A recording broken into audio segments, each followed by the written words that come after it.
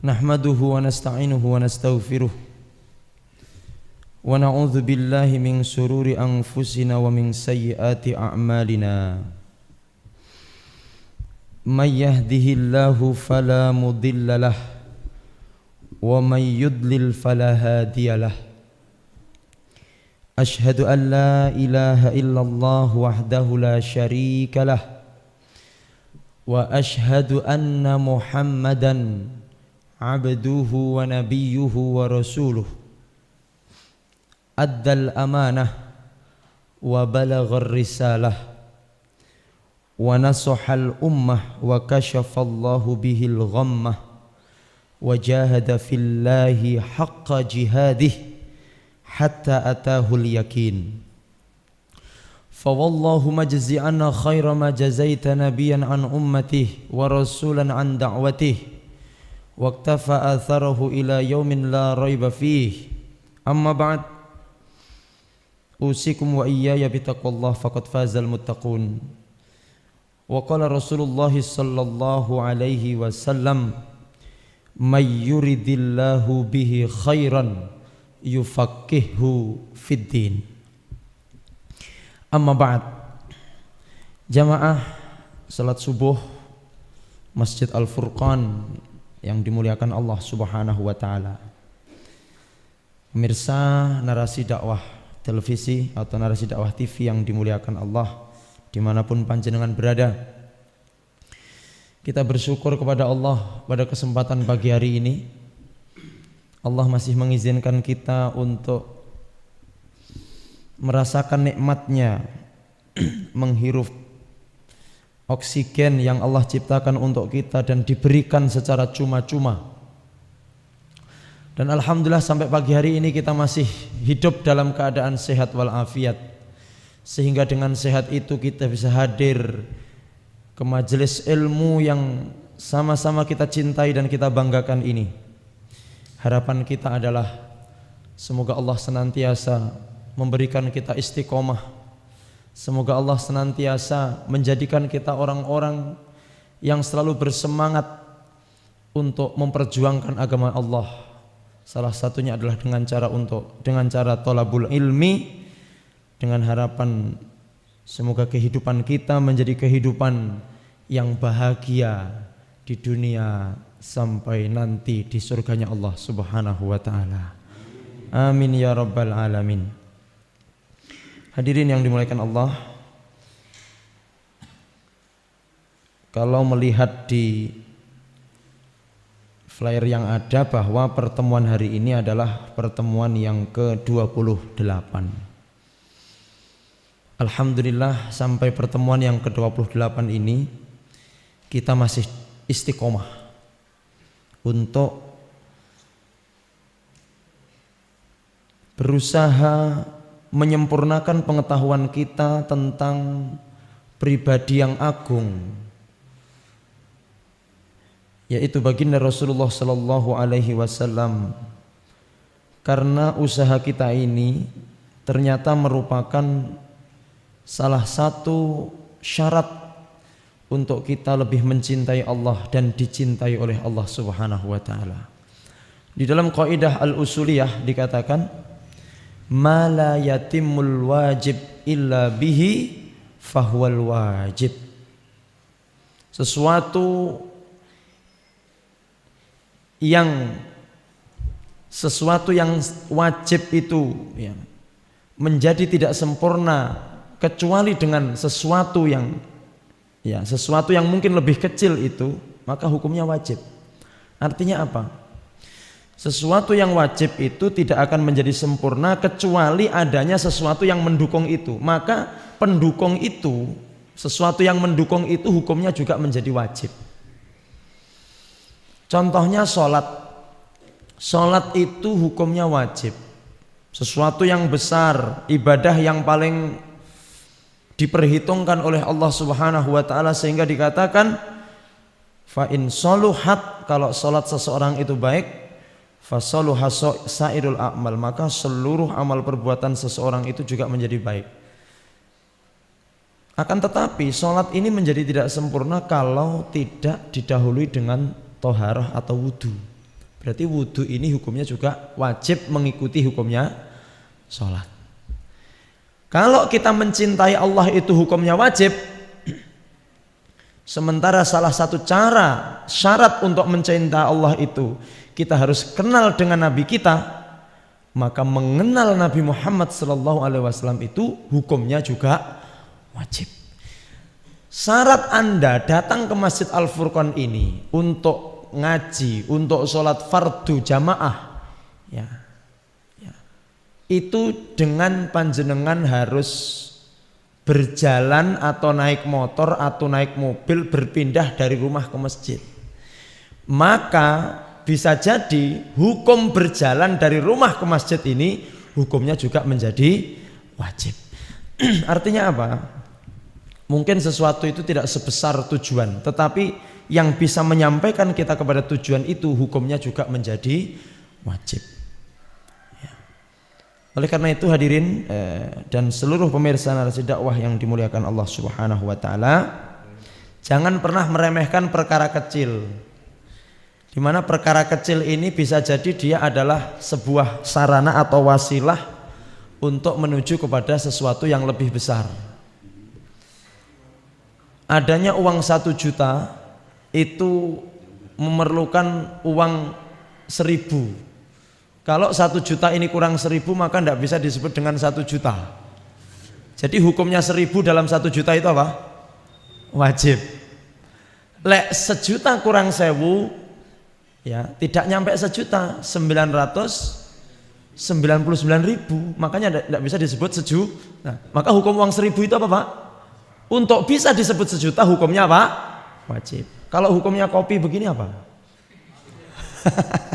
Ustadz, kalau tidak ada kopi ini saya bisa tidak fokus ngaji. Wah, lek ngaji hukumnya wajib, fokusnya ngaji termasuk sarana yang menjadi fokusnya ngaji hukumnya. Oh, enggak hukum dewe jenengan. Bisa jadi. Jadi mungkin jenengan kalau duduk selama 1 jam ini kalau enggak sambil ngopi, sambil minum wedang itu bisa jadi ngantuk. Lah lek ngantuk kan mek padha pindah turu to ini, Pak. Ya ngerti ngomah jingkrung penak ya.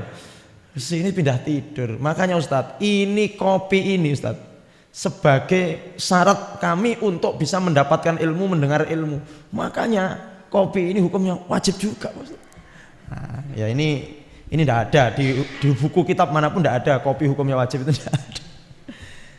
Nah, oleh karena itu hadirin, alhamdulillah kita masih bisa berjalan dari rumah ke sini dengan walaupun tadi sempat gerimis barokah, tapi memang Allah itu maha tahu, ngerti aku lek tak grimisi kok ora bodho moro nyang Al-Furqan.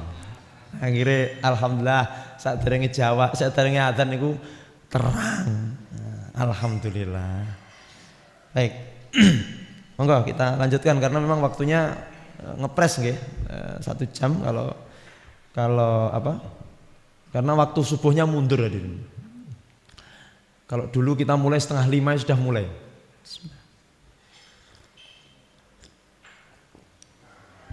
Kalau dulu kita 4:30 udah mulai. Sing bingung ustate ngaji 1,5 jam ini materi apa? Saat ini nyantai 1 jam, jam 6 selesai. Baik, di pertemuan yang lalu kita sudah membahas tentang rotinya Rasulullah Sallallahu Alaihi Wasallam. Al-khubz, sifatul khubzi Rasulullah Sallallahu Alaihi Wasallam. Alhamdulillah sudah selesai. Kita jadi mengerti, kita jadi faham bahwa Rasulullah Sallallahu Alaihi Wasallam makan roti.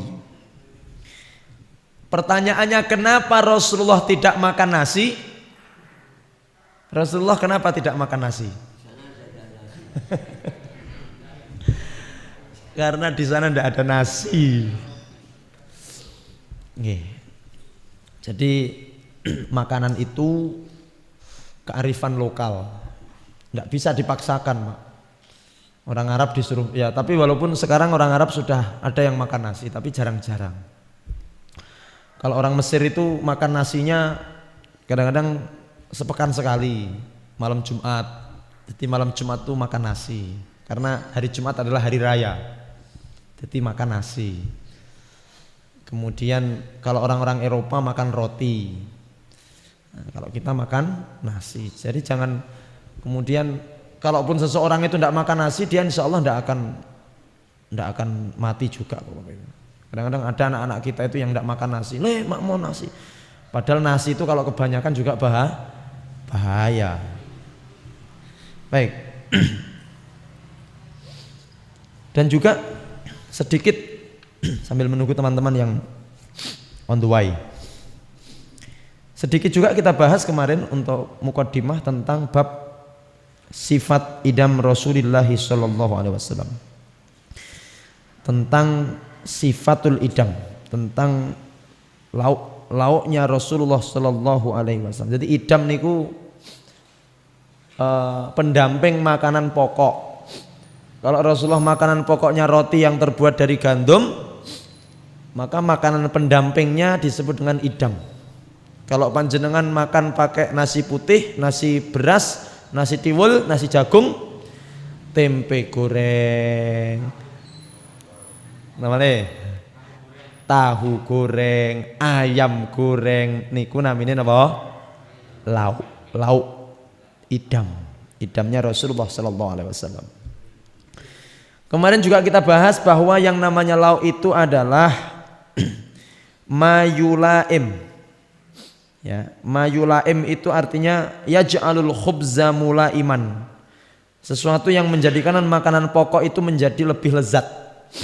Jadi yang namanya lauk itu menjadikan makanan pokok terasa lebih lezat. Seperti jenengan kalau makan nasi nek lauk kan ya tingak-tinguk. Makanya ada nasi, ada lauk, sehingga nasi itu menjadi lebih terasa lezat, hadirin. Wa yuslihuhu. Nah, seperti itu kata Syekh Abdul Razak. Baik. Sekarang kita lanjutkan ke hadis yang pertama pada judul sifatu idami Rasulullah sallallahu alaihi wasallam. Qala al-muallif Syekh Abu Isa At-Tirmidzi rahimahullahu taala rahmatan wasi'atan, nafa'anallahu bi ulumihi wa insyaallah yusabbibuna ila sa'adah fid dunya hatta al-akhirah, amin ya rabbal alamin. Al-hadis an-nimrah mi'ah wahidah ba'da khamsin, wahid ba'da khamsin. Nomor hadis 151. Haddatsana Muhammad bin Sahl bin Askarin wa Abdullah bin Abdirrahman. Qala, berarti dua orang yang berkata. Kalau qala lamnya ada alifnya itu berarti dua orang. Haddatsana Yahya bin Hasan qala haddatsana Sulaiman bin Bilalin an Hisham bin Urwata an abihi an Aisyah radhiyallahu taala anha anna Rasulullah sallallahu alaihi wasallam qala ni'mal idamul khallu. Qala Abdurrahman ibn Abdirrahman fi hadisihi ni'mal idam au ni'mal udmu al khallu. Baik.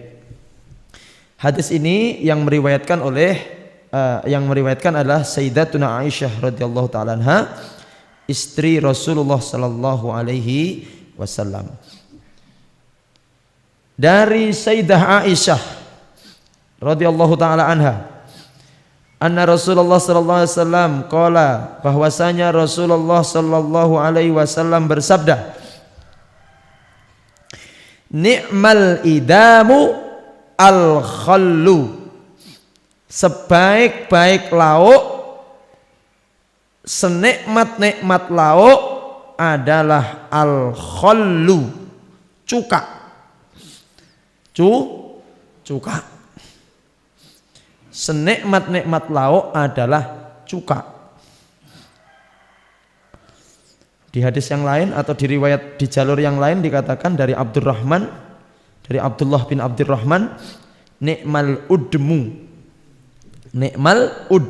al khal, senikmat-nikmat atau sebaik-baik apa jenenge lauk adalah khol.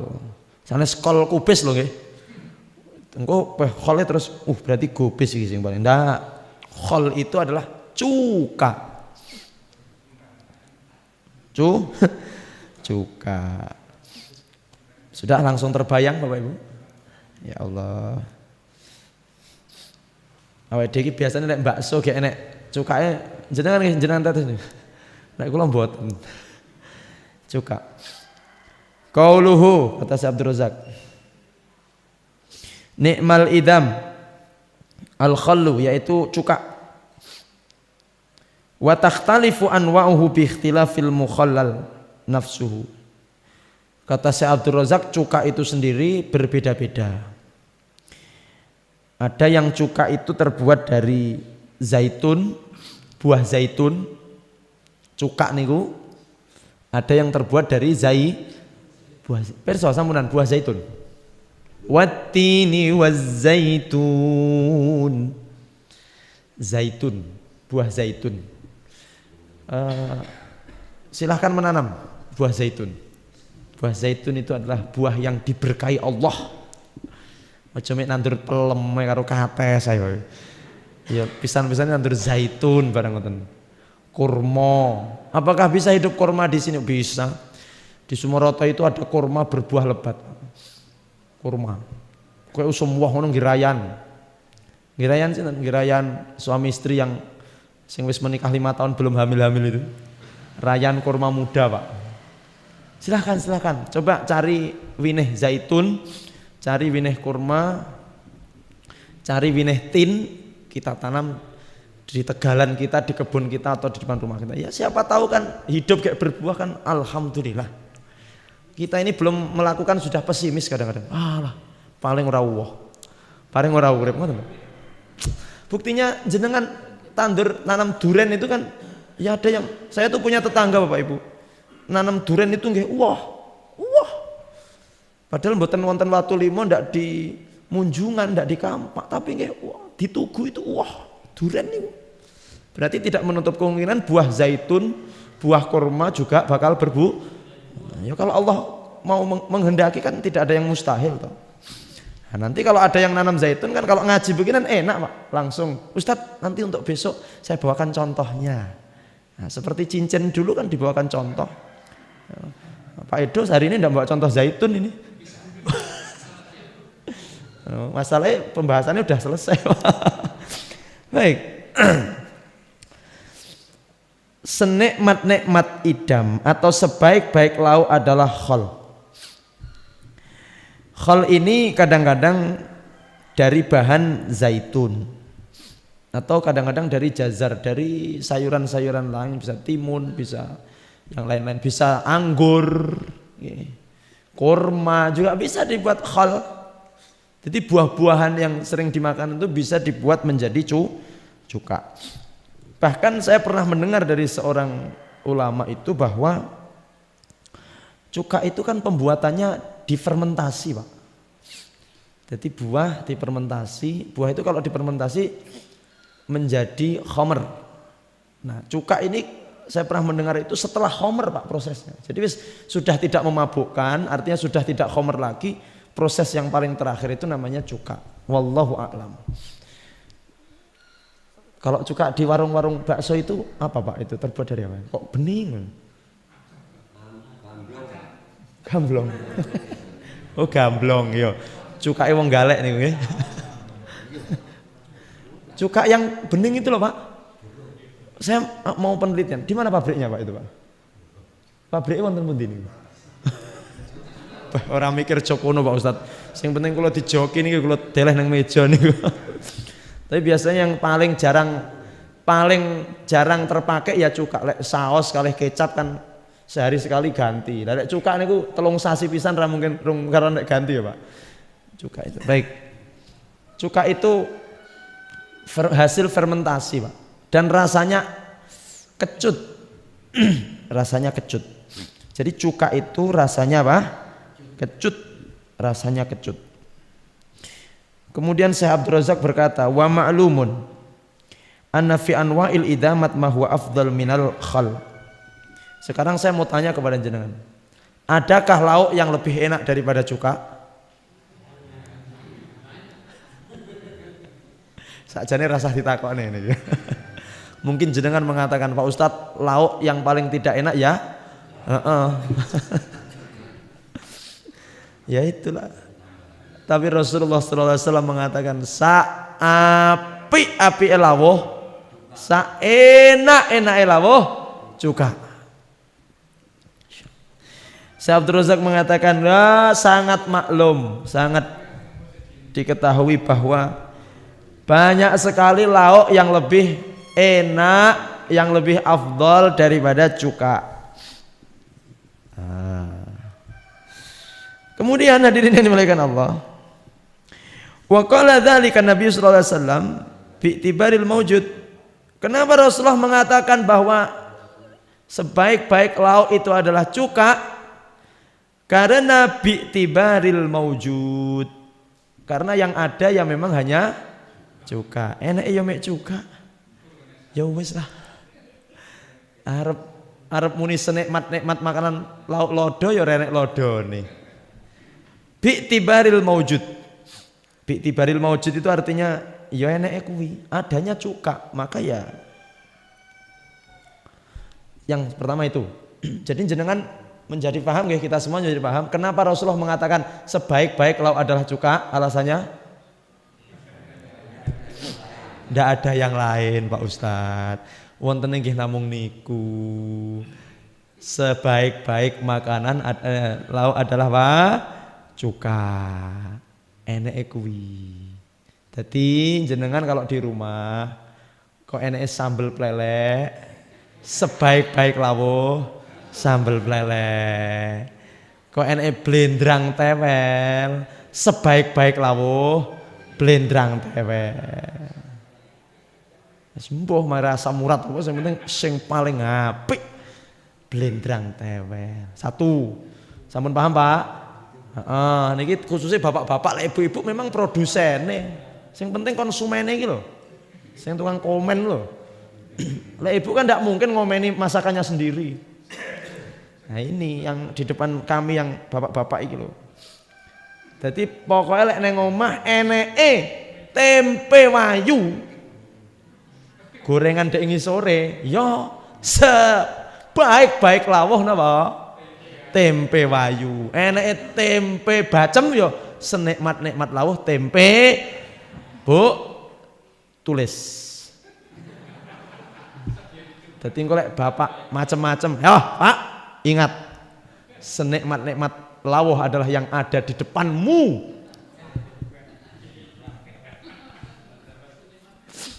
Baik, ngoten nggih, masyaallah. Satu, kenapa Rasulullah mengatakan sallallahu alaihi wasallam mengatakan bahwa senikmat-nikmat atau sebaik-baik lauk adalah cuka bi'tibaril maujud. Sing enek ya kuwi. Satu. Yang kedua,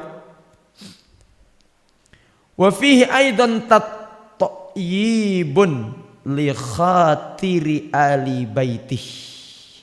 Alasan yang kedua, kenapa Rasulullah mengatakan senikmat-nikmat sebaik-baik lauk adalah cuka?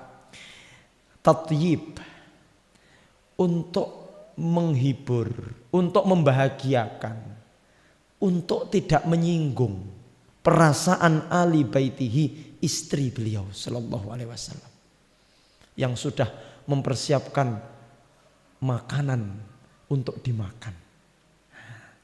Ini poin yang paling sangat-sangat penting untuk para suami. Jadi Rasulullah itu tidak pernah membuat susah perasaan hati istri gara-gara masalah lawuh. Gara-gara lah. Kalau yang pertama beliau memuji yang namanya cuka karena memang adanya hanya cuka. Yang kedua karena Rasulullah ingin membahagiakan, ingin tidak menyinggung perasaan istri beliau Rasulullah Shallallahu Alaihi Wasallam. Dan ini penting banget bapak-bapak. Ini termasuk salah satu kunci keharmonisan dalam rumah tangga. Harmonis dalam rumah tangga itu adalah salah satunya bagaimana suami pinter-pinter gombal di hadapan istrinya. Pinter-pinter apa? Pinter-pinter gombal. Jenengan pinter gombal napa mboten Bapak? Lek gombal amoh kathah Pak Ustaz niku. Diriwayatkan dari Ummu Kulsum. dari Ummi Kulsum.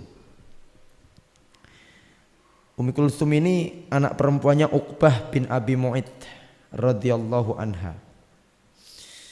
Dikatakan lam asma'in Nabi sallallahu alaihi wasallam yurakhas fi syai'in minal kadhib illa fi thalath. Dikatakan aku tidak pernah mendengar dari Rasulullah memperbolehkan umatnya untuk berbohong. Aku tidak pernah mendengar dari Rasulullah sallallahu alaihi wasallam kepada umatnya untuk berbohong. Tidak pernah. Karena ra'sudzunubi kadzib. Kepalanya dosa itu adalah bohong. Jadi wong ki lek gawe dosa berarti sudah berbohong berarti dia sudah mengerjakan kepalanya dosa. Manusia itu kan yang paling penting lek tangan buntung seiso nyapo-nyapo, kaki buntung bisa nyapo-nyapo. Lek kepala buntung wassalam. Maka dari kita ini yang penting di sini. Nah, kepalanya dosa, pokoknya dosa itu ketika seseorang berbohong. Jadi bohong niku ya kuwi dosa sing punjere dosa. Maka kemudian Rasulullah SAW melarang umatnya untuk berbohong. Tetapi diriwayatkan dalam hadis ini, lam asma'in Nabi sallallahu alaihi wasallam yurakhasu fi syai'in minal kadzib. Saya tidak pernah mendengar dari Rasulullah membolehkan bohong illa fi thalathin, kecuali dalam 3 perkara. Jadi tidak oleh ngapusi, tidak boleh, dosa besar. Tetapi kemudian Rasulullah menyampaikan illa fi thalath. Oh, bukan Rasulullah ini Ummi Kulsum, anaknya Uqbah bin Abi Mu'id ini mengatakan, aku pernah mendengar Rasulullah melarang kami untuk, tidak pernah membolehkan kami untuk berbohong kecuali dalam 3 perkara.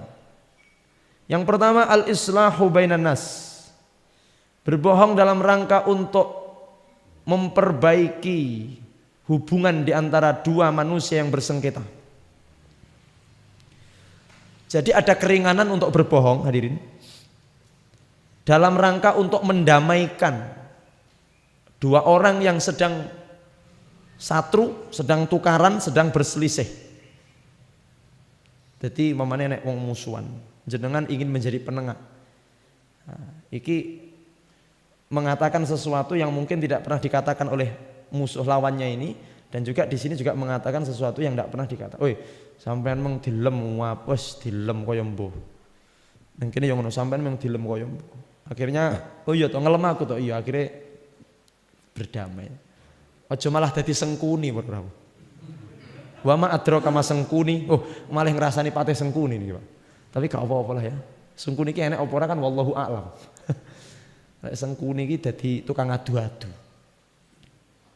Kene ngompori, neng kene ngompor. Akhirnya tukaran.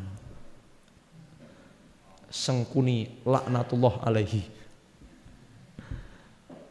Rasulullah dawahaken la yadkhulul jannata namimun.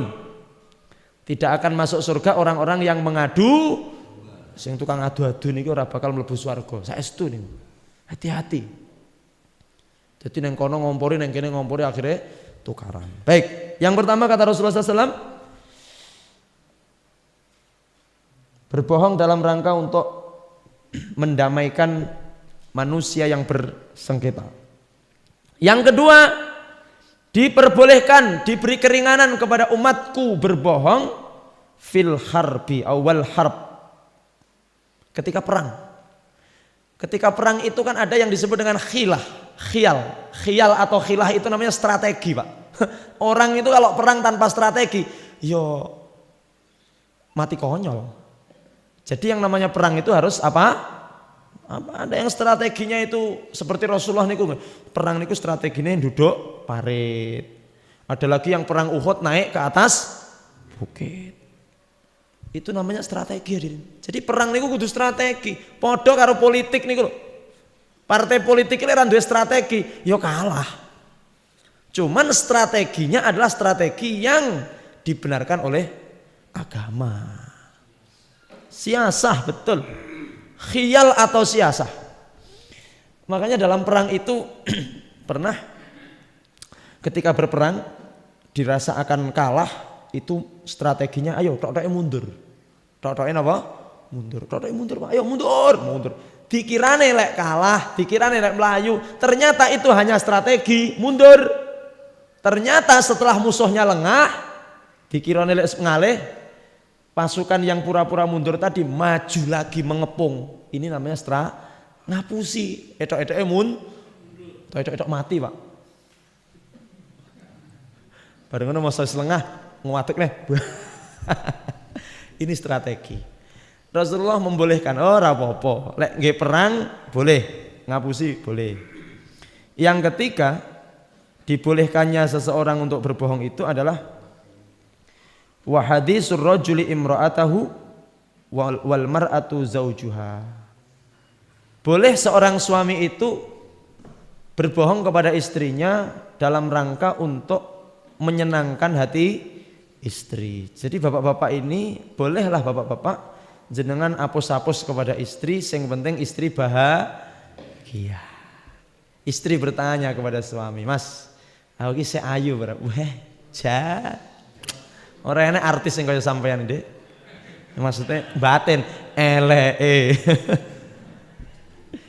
Jan, pokoknya luar biasa. Mas aku jereke wong-wong kok lemu to Mas. Ah sapa sing ngomong? Sampeyan iki proporsional. Ngoten Pak. Penting jangan lek urusan ngoten itu sensitif banget. Jenengan lek jujur niki akan menyakiti hati istri Pak. Saestu niku. Ya seperti kemarin ya, ditanya bagaimana masakan istri ya, bilang aja enak ngoten mawon. Wis to. Enak ra enak bilang aja enak. Walaupun batin tersiksa ya Pak ya. Mboten lah insyaallah. Jadi untuk menjaga keharmonisan rumah tangga itu di dalam hadis ini boleh ya tidak apa-apa. Yang penting ya memang tujuannya adalah untuk menjaga keharmonisan rumah tangga. Ya, jadi begitu Bapak Ibu. Nah Rasulullah SAW mengatakan sebaik-baik senikmat-nikmat lauk adalah khol itu karena dua alasan. Satu karena adanya ya cuma itu. Terus yang kedua karena memang Rasulullah ingin menyenangkan hati istri. Okay. Dan juga hadirin dan pemirsa yang dimuliakan Allah Subhanahu wa taala. Rasulullah sallallahu alaihi wasallam itu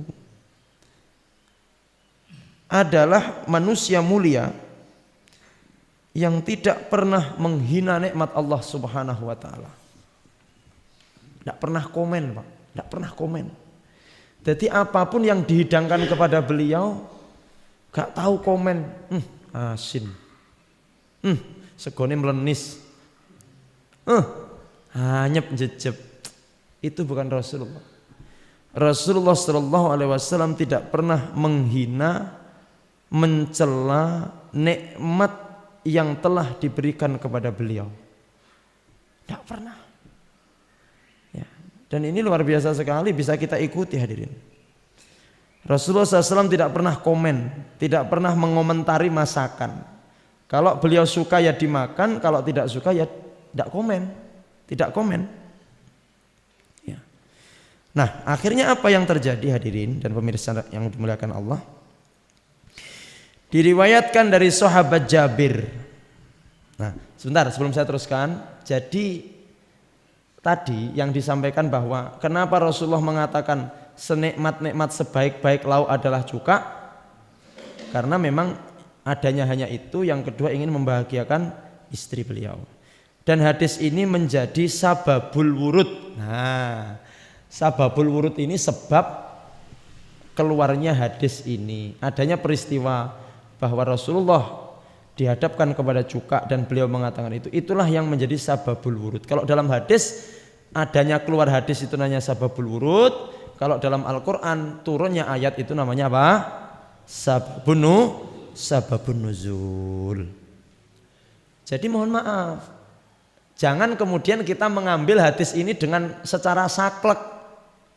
Saklek nih kuno, kaku. Ketika dikatakan nikmal idamul khal, sebaik-baik lauk adalah cuka, kemudian karena mohon maaf memahami hadisnya kaku, tidak membaca syarah hadisnya, akhirnya dia mengatakan pokoknya. makanan atau lauk yang paling mulia, paling utama bagi kita adalah cuka. Jadi neng di akhirnya nyangking cuka, Pak. Lu nyangka sama ini adalah lauk yang paling nikmat dan utama, padahal ngempet nih makan cuka itu. Nah, sering kan kami sampaikan, pokoknya belajar hadis itu kalau bisa dan harus bisa pakai sarah, bukan dengan matan tok, karena kita belum mampu, Pak. Jadi jenengan kagungan wonten dalam Sahih Bukhari, ya Jami' Sahih Bukhari. Itu kalau baca itu kudu diguruk nih, harus beguru. Jadi maos kitab Sahih Bukhari, Sahih Muslim, Sunan Abu Dawud, Sunan At-Tirmidzi, Musnad Ahmad, Muwatta Ibnu Malik, Sunan Ad-Darimi, Sunan An-Nasa'i, niku kudu diguruk nih, Pak.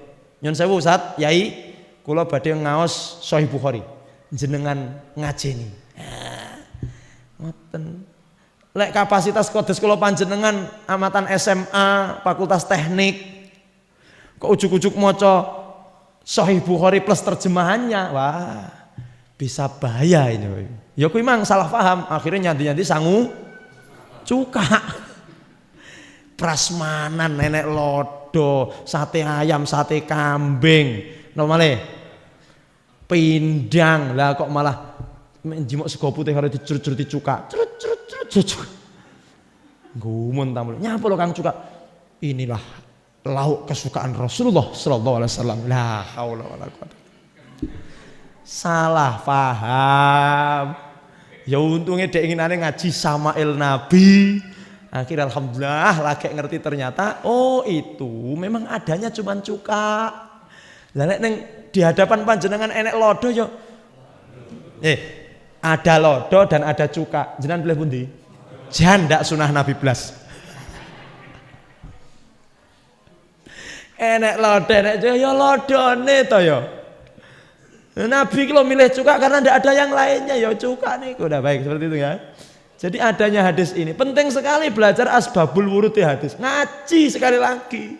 Ngaji. Ojo koyok ngaji Quran.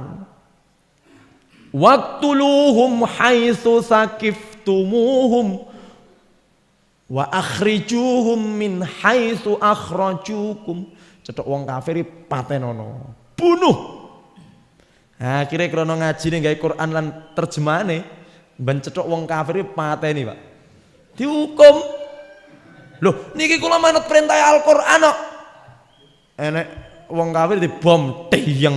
Lah Quran niki sing perintahne. Jadi hakim ini diudur karo loh makane kudu ngaji. Ngapunten nggih. Di dalam agama itu ada istilah yang sangat berbahaya namanya ghulu. Namanya apa Bapak Ibu? Ghulu niku terlalu semangat, berlebih-lebihan. Jadi ibadah itu oleh Pak, terlalu berlebih-lebihan itu tidak boleh. Termasuk semangat itu tidak boleh terlalu berlebih-lebihan. Pondasi agama minim. Ya karena tidak mau ngaji, tidak mau thalabul ilmi, tidak mau hadir ke majelis ilmu, dianggapnya ngaji kira penting.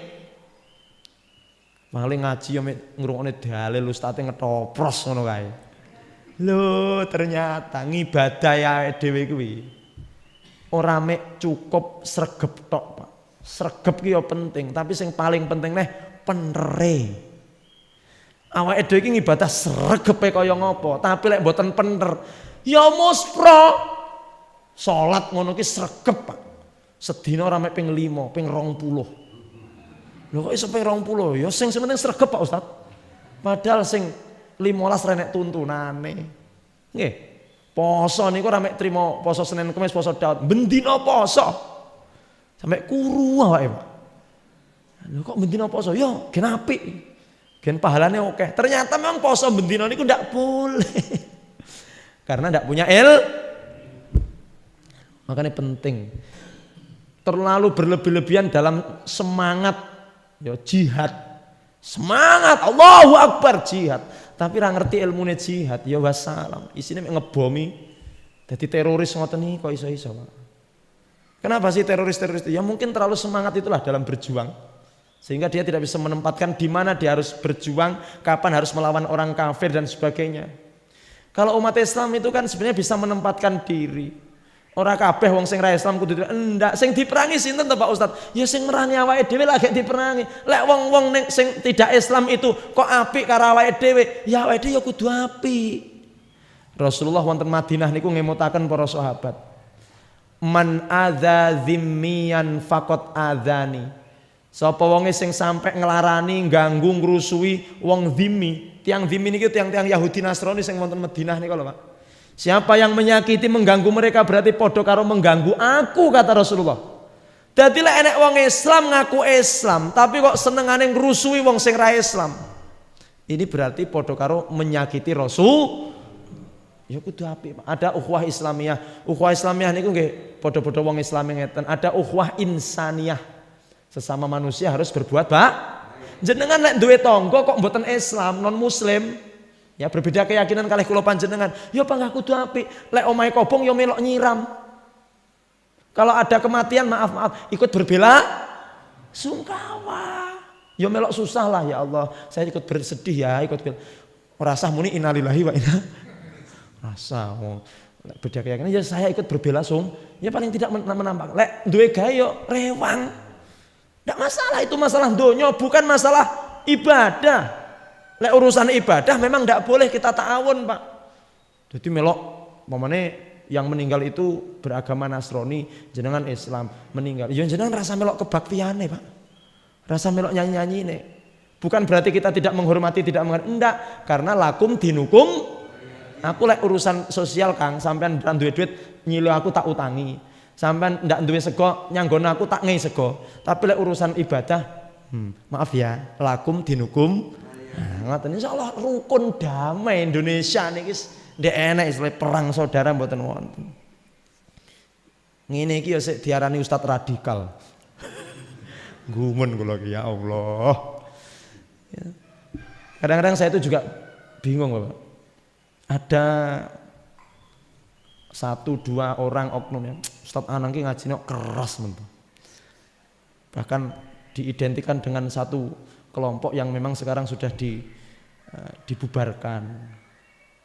Kayak kok ngendi wong kula iki cilik ya wis Muhammadiyah. Sudah enggak ada. Islam kula ki Islam memang afiliasi saya Muhammadiyah. Tapi kalau ngaji seperti ini kita melihat kondisi. Kalau kita ngaji di intern ya kita ngaji intern, tapi kalau ngaji umum ya kita sampaikan. Kita sampaikan kepada umat yang hak kita sampaikan, yang batil juga kita sampaikan, tidak ada masalah. Sehingga sebenarnya organisasi kemasyarakatan itu tidak menjadi umat Islam terkotak-kotak Pak. Saya yakin yang datang ke sini ini tidak hanya satu ormas, tapi juga berbeda-beda ormas. Alhamdulillah kalau mangke tanggal sedoso kita diundang oleh ya bisa dikatakan ranting NU di daerah Bendungan sana, ngaji di sana, tidak masalah. Jadi memang atuh-atuh sinau yang Mesir masuk ngaji di satu kelompok, enggak, untuk umat Islam. Selama masih ada yang membutuhkan dan mau mendengarkan apa yang kita sampaikan, insya Allah kita siap. Jadi kalau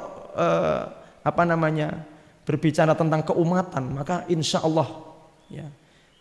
Insya Allah kita akan betul-betul bagaimana menjaga kerukunan umat, tidak memecah belah umat. Dan ini adalah peran penting para tokoh masyarakat, tokoh agama. Insya Allah seperti itu. Kok curhat malian Pak Ustadz? Rodok curhat ini. Baik, kita lanjutkan Insya Allah ngaji Samail setengah 6 lagi. Kita lanjut. An Jabir radhiyallahu anhu, dari sahabat Jabir niki terusane keterangan Samail. Qala akhadha Rasulullah sallallahu alaihi wasallam biyadi dzata yaumin ila manzilihi. Satu ketika Rasulullah menggandeng tangannya Jabir, sahabat Jabir. Rene Bir, ayo digandeng sama Rasulullah sallallahu alaihi wasallam. Ila manzilihi, dituntun teng dalemipun Rasul, dituntun ke rumahnya Rasulullah sallallahu alaihi wasallam. Ayo Bir, melok aku.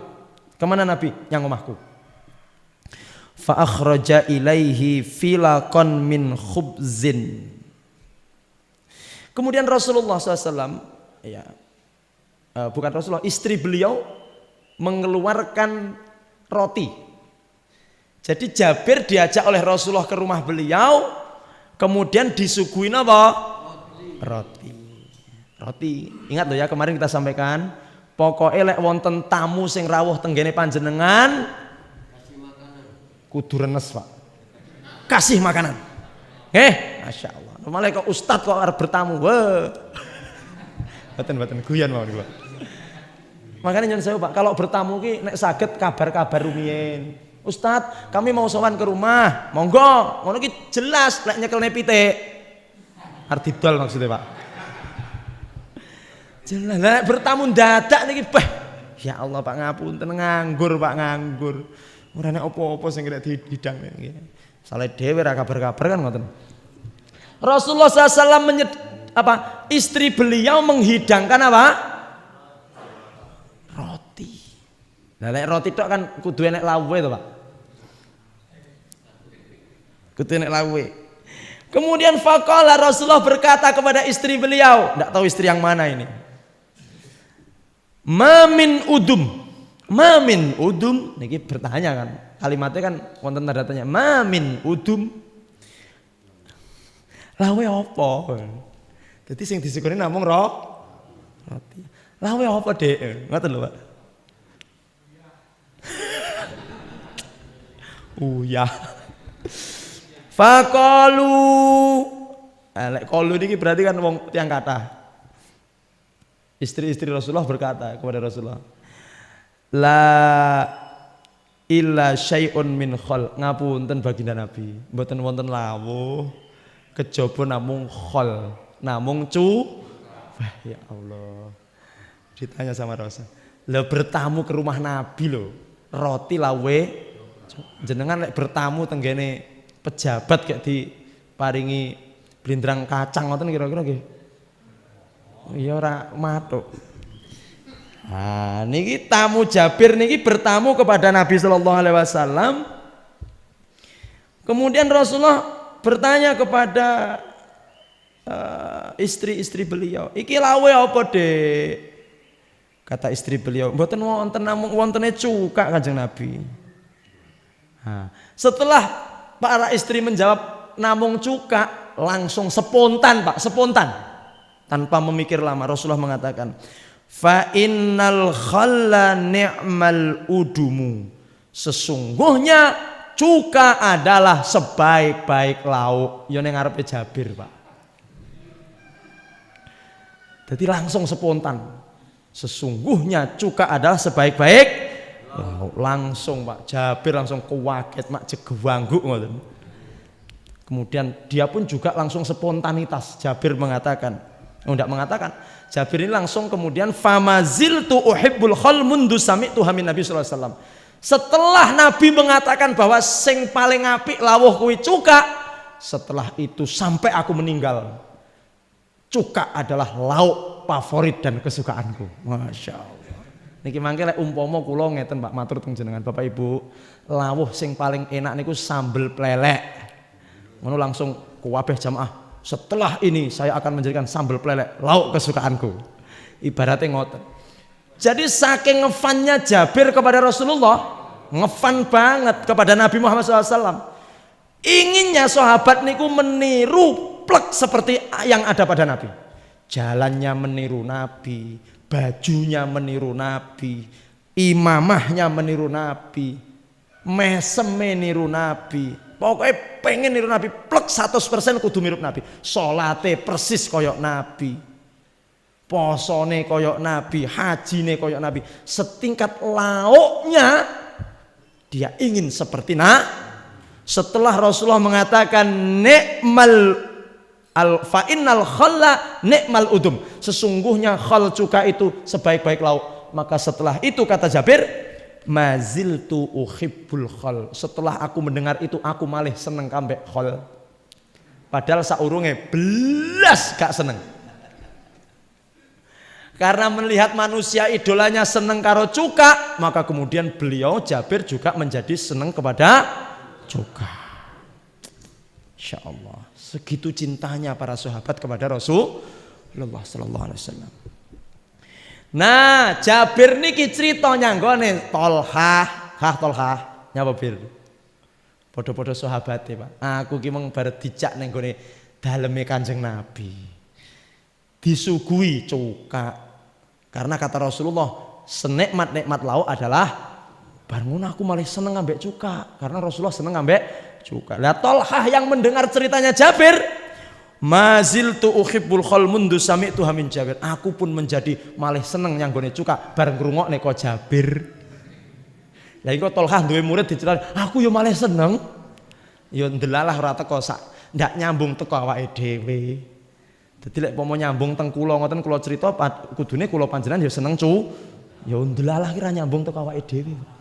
Sahabat Tolhah niku mboten nyambung kepada kita.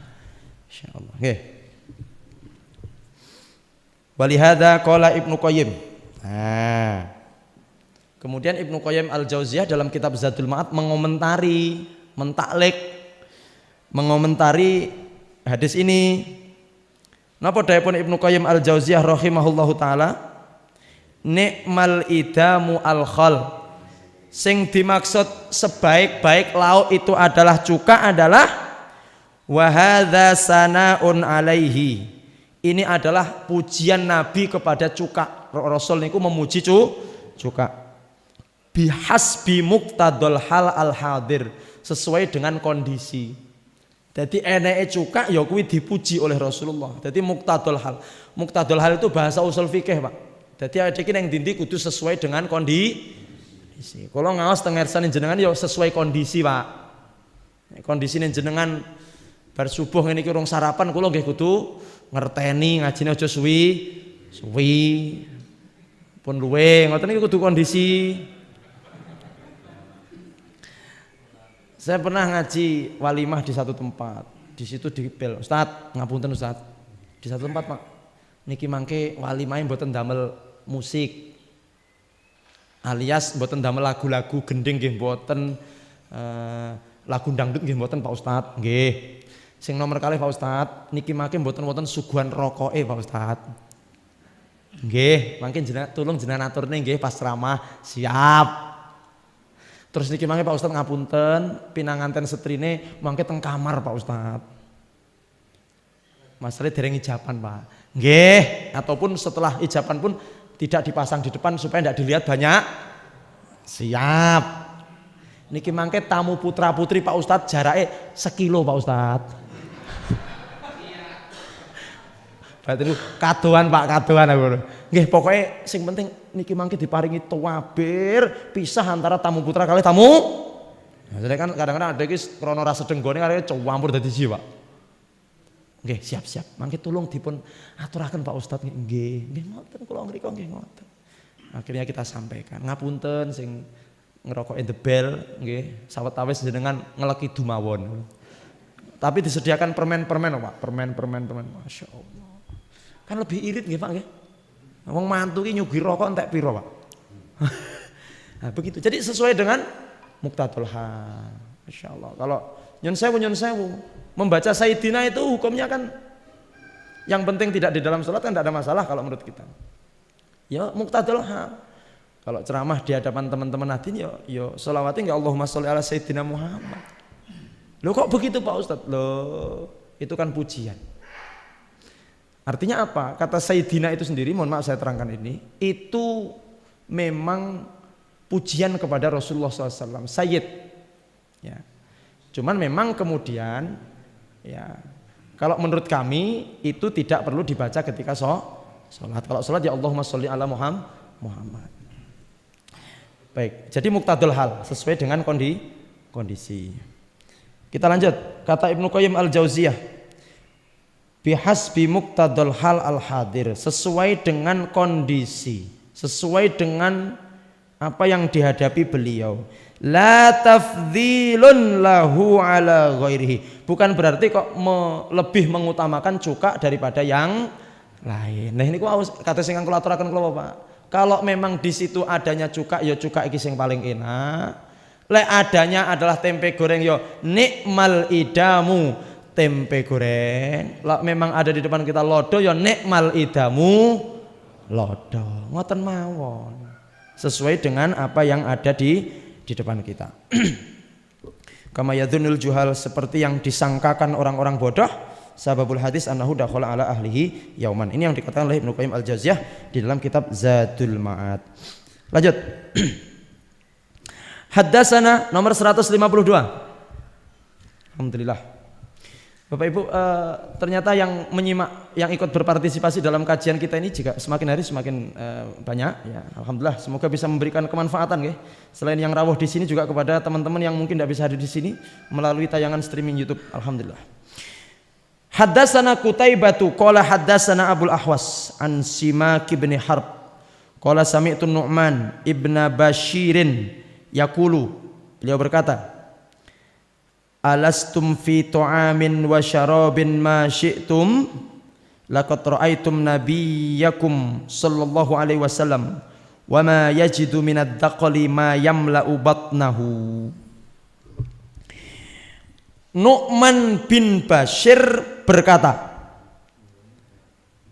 alastum fi tu'amin wa syarabin ma syi'tum.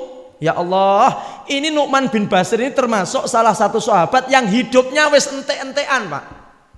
Maksudnya ente-entean itu apa? Beliau ini hidup di zaman terakhir dari masa sahabat. Niki termasuk sahabat sing kuweri dhewe. Ingat loh ya, sahabat niku sinten? Sahabat ini man laqiya Rasulullah SAW musliman, orang yang pernah bertemu dengan Nabi, ngaji dengan Nabi, dan dia berarti Abu Jahal niku sahabat apa sanes? Nggih sanes wong masih bendina cetok Nabi tapi orang ngaji. Kafir, berarti bukan sahabat. Syaratnya sahabat niku bertemu dengan Nabi, muslim.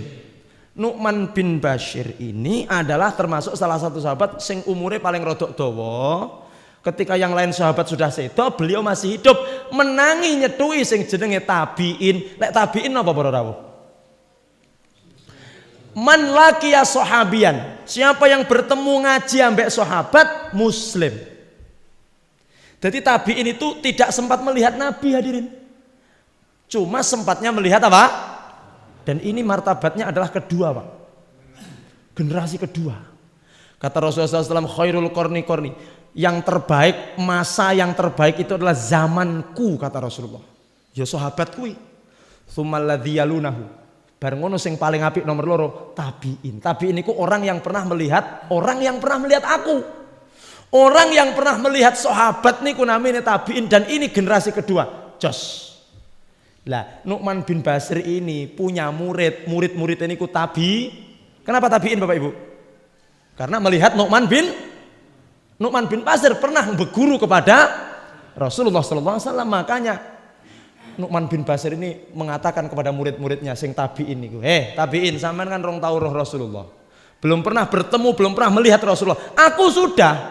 Aku sudah tahu bagaimana Rasulullah makannya, minumnya, sholatnya, aku tahu. Sedangkan kalian tidak tahu.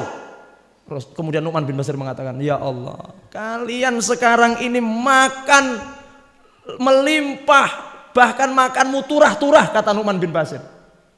Alastum fi ta'amin wa syarabin masyitum. Sekarang kamu bisa makan sesukamu, karena mungkin hari ini ekonominya lebih baik daripada ekonomi pada zaman Nabi.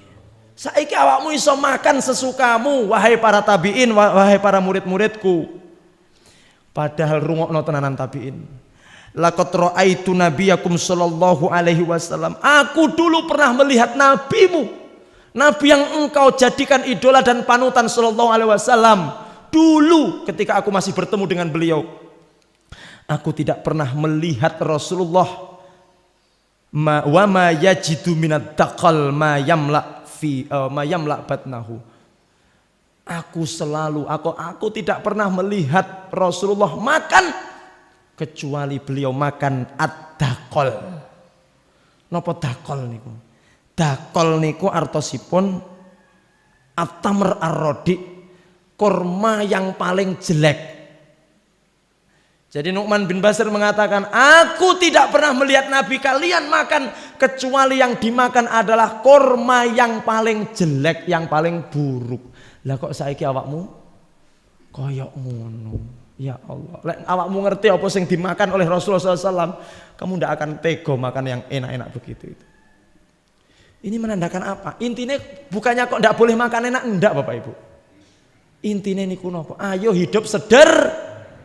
Kadang-kadang ya Allah, di meja makan kita ini ada bermacam-macam makanan. Ibu sekali masak reno 5. Tempe goreng, tahu goreng, iwak layur, iwak gereh, iwak teri, sego goreng, sego urung digoreng. Kabeh jan sak meja. Kalau kita melihat Rasulullah, lek Rasulullah ngerti sing kaya ngono kuwi awake dhewe Bapak Ibu, ya Allah. Mungkin sedih Rasulullah. Iki kok reno-reno men masakane. Ya Allah. Atau kemudian kalau memang reno-reno ya disesuaikan dengan jumlah yang makan. Kadang-kadang jumlahnya terlalu banyak. Nah, oleh karena itu kata Nu'man bin Bashir, kalau kamu melihat apa yang dimakan Rasulullah, Rasulullah itu hanya makan dakol. Dakol itu artinya korma jelek. Apakah Rasulullah tidak bisa makan buah yang paling nikmat, makanan yang paling lezat? Bisa. Wong Rasulullah niku ditawani buah surga sama Jibril, Muhammad, sampai nopo arep tak tawani buah surga. Kalau mau tak ambilkan. Kata Rasulullah, aku tak makan apa yang ada. Rasulullah niku. Bukan berarti Rasulullah itu menolak, Rasulullah tidak mau makan enak, enggak, tapi Rasulullah niku sederhana. Kata Nu'man bin Bashir, Rasulullah itu makannya adalah kurma dengan kualitas yang jelek, yang itu kurma itulah yang selalu memenuhi perut atau selalu masuk ke dalam perut beliau yang mulia sallallahu alaihi wasallam. Bapak Ibu hadirin, kaidahnya terakhir kami tutup, al aslu fit ta'ami al ibahah. Hukum asal dari makanan itu boleh. Hukum makanan itu apa? Semua makanan itu boleh. Sedaya jenis makanan itu boleh, dari A sampai Z niku boleh untuk kita makan. Mau warnane merah, kuning, hijau, biru, yang keras, yang lunak, sing sedengan, silahkan Anda makan. Illa ma dallat dalilu ala tahrimihi, kejaba wonten dalil yang mengharamkan makanan itu. Jadi saya mau tanya kepada jenengan, kira-kira makanan yang halal dengan yang haram itu banyak mana? Penake kuwi Pak awake dhewe niku. Makanan yang halal dengan yang haram banyak yang halal. Makanya menungso ki po marep makan ndak kudu buka hadis. Apa yo makanan sing halal iki? Sobi kalau seandainya nyun sewu diwalek kok idahe. Hukum asal makanan itu haram kecuali ada dalil yang membolehkannya. Ya Allah, nyanyi-nyanyi nggo Quran karo hadis, Pak. Arep nyate ngono ki yo buka dalil sik. Sate ki oleh apa ora to ajire. Lah, makanya Allah paring kemudahan. Ngene wis awakmu lek urusan panganan penak-penakan ae menungso. Pripun ya Allah? Pripun Rasulullah? Wis to. Makanan itu halal pada dasarnya. Silahkan Anda makan apa saja. Tapi ingat, kalau ada dalil sing ngaromne makanan itu, yo aja kok cedeki. Dan itu tidak Kul la ajidu fima uhiya ilayya muharraman. Niko di dalam surat Al-An'am niko. Katakan Muhammad, tidaklah aku mendapatkan makanan yang diharamkan kepada aku kecuali apa? Maitah, kecuali bangkai. Bangkai itu nyun sewu ada 4 macam. Satu disebut dengan an-natihah. Kemudian ada al-mutaroddiyah, ya. Jadi ada an-natihah, mutaroddiyah. Kemudian apa nih sing loro kula lali. Yang jelas begini. Jadi bangkai itu ada yang mati karena dicekik. Kok enek kewan mati ditekek ndak dibelah berarti bang? Ada hewan yang mati karena jatuh. Jadi enek kambing jatuh dari lantai 5. Kok ada Pak Ustadz? Iya, karena kandang wedhus neng Arab niku biasanya di lantai atas, Pak. Sosok enek wedhus yang stres loncat mati, jatuh. Ada yang hewan mati karena tabrakan. Ketabrak.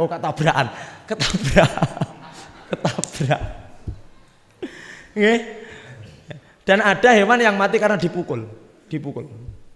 Itu bangkai. Kemudian daging babi. Kemudian darah, damam masfuha, darah yang mengalir. Itu bangkai. Juga hewan yang disembelih dengan tidak menyebut nama Allah. Dan beberapa di hadis seperti hewan yang bertaring, hewan yang nanti kita terangkan, ada hewan namanya hewan jalalah. Bagaimana cara memakan hewan jalalah itu? Nanti insya Allah diterangkan di hadis selanjutnya. Oleh karena itu Bapak Ibu, enake dadi wong Islam niku, makanan itu halal kabeh kejaba titik sing diharamne. Berbeda dengan ibadah. Penutup. Al aslu fil ibadati at-tahrim. Hukum asal ibadah itu haram. Jadi jenengan asline ra oleh ngibadah, Pak. Haram ngibadah niku. Illa madallat dalilu ala amrihi au ala wujubihi. Kejaba wonten dalil yang mewajibkan kula panjenengan untuk ibadah. Yen sewu, salate awake dhewe karo nyambut gaene awake dhewe kathah pundi? Ya untunge ora 50 wektu, Pak. Biyen iki lek umpama 50 wektu ki ora umpama gek lolos ngoten, Pak. Awake dhewe ya Allah, tangi turu hayya ala shalah. Lagi arep sarapan, hayya ala shalah. Lagi nyetater montor arep nyambut gawe, hayya ala shalah. Ora sida nyambut gawe jenengan. Untunge salate mek 5 pahalane tapi padha karo 50 wektu. Oleh karena itu sekali lagi bersyukur, ibadah itu asli ndak oleh kejaba wonten dalil yang memerintahkannya, sementara makanan itu hukumnya adalah boleh kecuali ada dalil yang mengharam. Makanya kemudian dikatakan kulu min thayyibati ma razaqnakum, makanlah yang baik-baik yang kami rizkikan kepada ya ayyuhalladzina amanu kullu mimma fil ardi halalan thayyiba, makanlah dari apa yang ada di bumi yang halal dan yang baik. Insyaallah yang ada di atas tenis meja itu adalah halalan thayyiban. Amin ya rabbal alamin. Mengatakan Bapak Ibu pemirsa yang dimuliakan Allah Subhanahu wa taala, hari ini kita menyelesaikan hadis nomor 152. Insya Allah di hari Sabtu yang akan datang kita akan melanjutkan ke hadis nomor 153. Kita berdoa kepada Allah, semoga Allah memberikan kita kekuatan iman dan Islam, kesehatan jasmani dan rohani, kemudian istiqomah. Jangan lupa Bapak Ibu, Narasi Dakwah TV insya Allah selalu akan menayangkan sesuatu yang bermanfaat insya Allah. Pramila menika selalu kami harapkan dukungan panjenengan ya untuk mendukung bersama-sama channel kita ini, termasuk tim-tim kita ini. Alhamdulillah dengan berinfak, berdonasi untuk Narasi Dakwah, dan insya Allah setiap infak yang panjenengan berikan itu hitungannya adalah kebaikan di sisi Allah Subhanahu wa taala, akan dilipat gandakan. Kemudian juga untuk mobil dakwah juga masih kita dalam pelunasan ya, insya Allah kurang beberapa rupiah lagi, tidak banyak ya. Insya Allah wong siji bleng mari insya Allah. Insya Allah silahkan, kita persilahkan untuk donasi, untuk berinfak. Insya Allah ajarakallah, Allah memberikan rezeki yang melimpah, yang barokah, thayyibah kepada panjenengan semuanya. Kemudian untuk infak hari ini alhamdulillah mendapatkan langsung sisa rasa maju mundur anune panitia ini 600.000 rupiah. Alhamdulillah barakallahu fikum wa ajarakumullahu ajran katsira.